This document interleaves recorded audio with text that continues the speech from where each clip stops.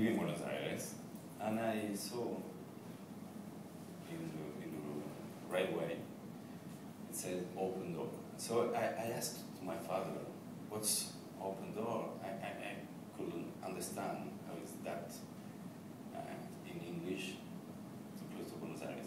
And he told me that it was a town where there was a psychiatric hospital, and the loonies could enter and exit free from the town to the hospital. And for me, it was 20 years later, when I was 25, 26, there's something that always I had in my head about that. I asked my father in that moment, please, to go and see. Imagine for a kid, I want to see loonies enter and around, etc. But no, we were just living in Buenos Aires, so he said no. I had to imagine it. So I think it was how it started, the novel, but it was also my starting like a writer. I mean, imagine what I couldn't see.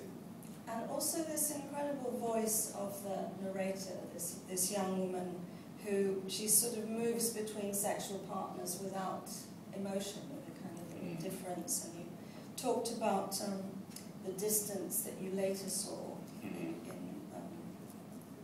later found in her voice in relation to your family.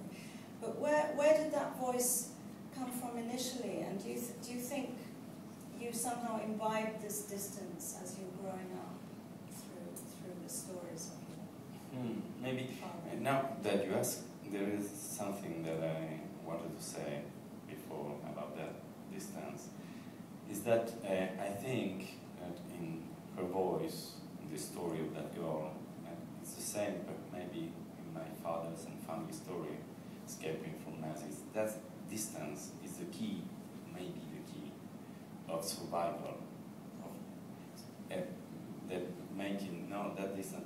I think it's, in one side is that, and in the other side, it's a strategic from her. I mean, to show her life, to tell her life as if it was another, the story of someone else. And maybe I think it's a way to survive for myself too. And technically, I mean, there's, like the interchangeable lovers, there are events that appear to have equal weight. Everything is the same as everything else. There's a fire, a stable fire. Someone brews a cup of tea. It's all described in the same level. And you can see, in other ways, that in a way that this is not strictly realism, that something else is going on there. So what was your aim in that, and how did you achieve it technically? You talked about music as well. Was that part of it? Yes, the truth is, when you, I think it works with Open Door and with other novels, when you start writing, you are looking for that voice, when it's in first person and even when it is in third person. And in one moment that voice, I mean her voice appeared.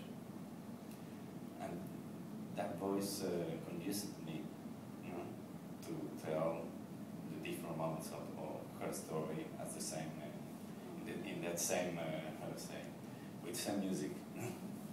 But it's her, I can say that. I think then as a writer you follow her, you follow the voice. No? Well, it's like, I think it's like when you play piano or you play an instrument, no? Because you do, I was just listening to you hearing the piano in another way. But that's it, I think. You're playing what music that is behind. That's the point. The voice.